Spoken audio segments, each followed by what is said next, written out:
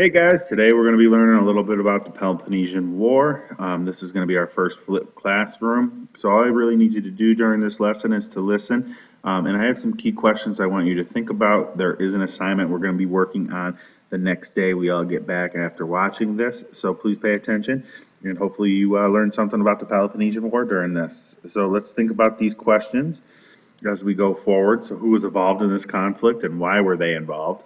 What were the causes of the Peloponnesian War? And finally, what was the outcome? So not only who won or lost, but more importantly, what was the end outcome for ancient Greece? All right, so we're going to move to the who, when, and why. So here we go. We have a bunch of different things. Obviously, okay, we've been talking about this in class. We know it was between the Athenians and the Spartans, or Athens and the city-state of Sparta. All right, so those are our two main players in this battle. All right, and now let's go to just some general background knowledge. This war lasted from 431 BC to 404 BC. Athens ended up losing the war, bringing an end to the golden age of ancient Greece. So this is really the absolute downfall of ancient Greece as we know it. Okay, let's go. Before the war, both Athens and the Spartans were all fighting the Persians in the Persian War. They were fighting together on this side. But after the war and after Greece came out victorious against the Persians, the Athenians started to become very powerful, not only in their small little area of Greece, but in the entire Greek Empire. They started to control most of the trade and other things that were going on, especially the naval fleets. Sparta and its allies became very jealous and distrustful of the Athenians. Finally, in 431 BC, Spartan and Athens ended up on different sides in a conflict, and Spartans declared war on the Athenians. So that is really the start of it. So we can zoom in here a little bit more. It's going to be kind of hard to see this map, but this is kind of give you an outline of who was where and who was on what side. All right. So we're going to zoom here to the next one. Some of the causes, the main reason for the launch of the war was the Spartan fear of the Athens' growing power and prosperity. They were becoming very rich, and that typically in that day and age meant power. Athens' rule over most of the Mediterranean region after the Persian War really is what started it, jealousy. Okay, and according to a Greek historian from the time, that after Athens became the leader of a league, they became the supreme power known as the Athenian Empire. Once again, it comes to power. Athenians used money from this league to build more ships for its navy and construct massive buildings. Athens also constructed walls around its empire to save them from land attack. This enraged the Spartans. So it comes down to, again, prosperity and jealousy, which when you really think about a 30-year war, that seems pretty ridiculous. Moving on here, I have a couple of videos here for you. I'm going to hold it on this page for just a minute so that you guys can copy down this link to this video. I don't really know how to link it here to this talk that we're having, but if you can write it down, then you can see it. It's a very good video, and it will lead you hopefully to this link right here, where you see some little toy Spartan soldiers here. It's actually kind of a funny but good video that's really has a lot of good information that can give you some background on this war. All right, check out the map of the Peloponnesian War. This gets very detailed. So this is the Athens and its allies are this orangish red color right here. And as you can see, what they control most of your ports in ancient Greece. Okay, all this red all the way up and down. The Aegean Sea was the allies or controlled by the Athenians. All the yellow here were the Spartan and their allies.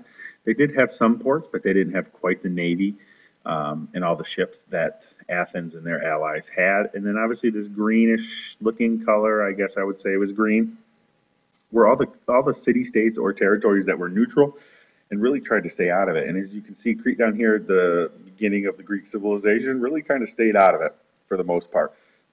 They were a little bit isolated because of the amount of water in between, so they kind of stayed out of most of the mess here.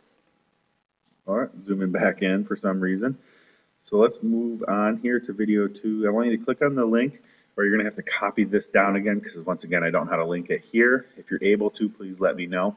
In a song, a storybook created about the war. This was done by an artist who drew like little storyboards for all of the major events that happened in the Peloponnesian War. When you get to that link, make sure you hit play. As it says, it sometimes won't play automatically for you, but this is really kind of a cool song reenactment of the Persian War. So when you get a chance after this video, take a time and look this up.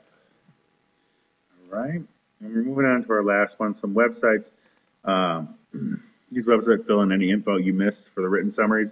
Don't worry so much about the written summaries. We are going to have a writing assignment after this when we come back and meet as a class again. So here's some just more information if you need it. It can be very helpful just filling in some of those gaps if you still have some questions.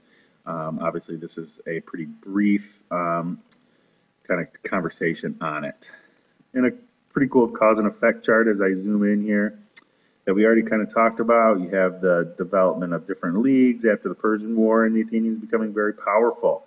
And the Spartans and its allies were the Peloponnesian League, resented the growing influence of Athens in Greece. Over decades of tension built up between the two leagues. Obviously, the effect is, the battle.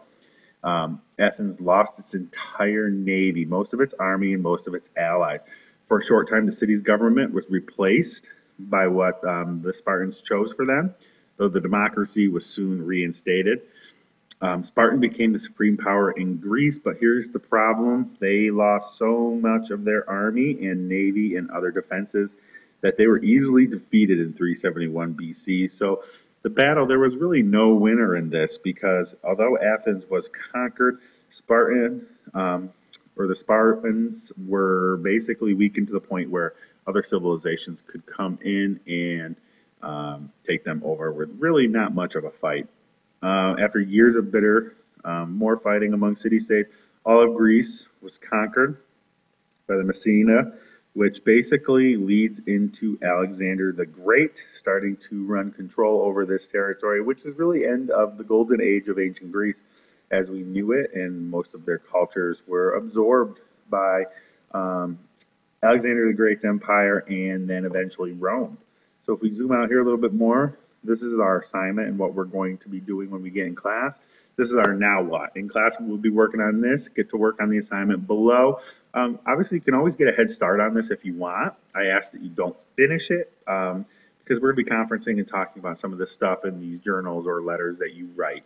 So the first one, okay, you're going to go to a new page in your notebook and title it Peloponnesian War Assignment.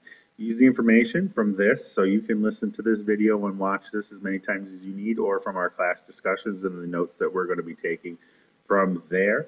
You can either choose to write a journal. You're going to create a 2-paragraph journal entry from the perspective of a person from Athens or Sparta, a man, a woman, slave. You can choose what social class that you want to be. It doesn't necessarily have to be what you are. You can be a man and you can write from a woman's perspective or vice versa.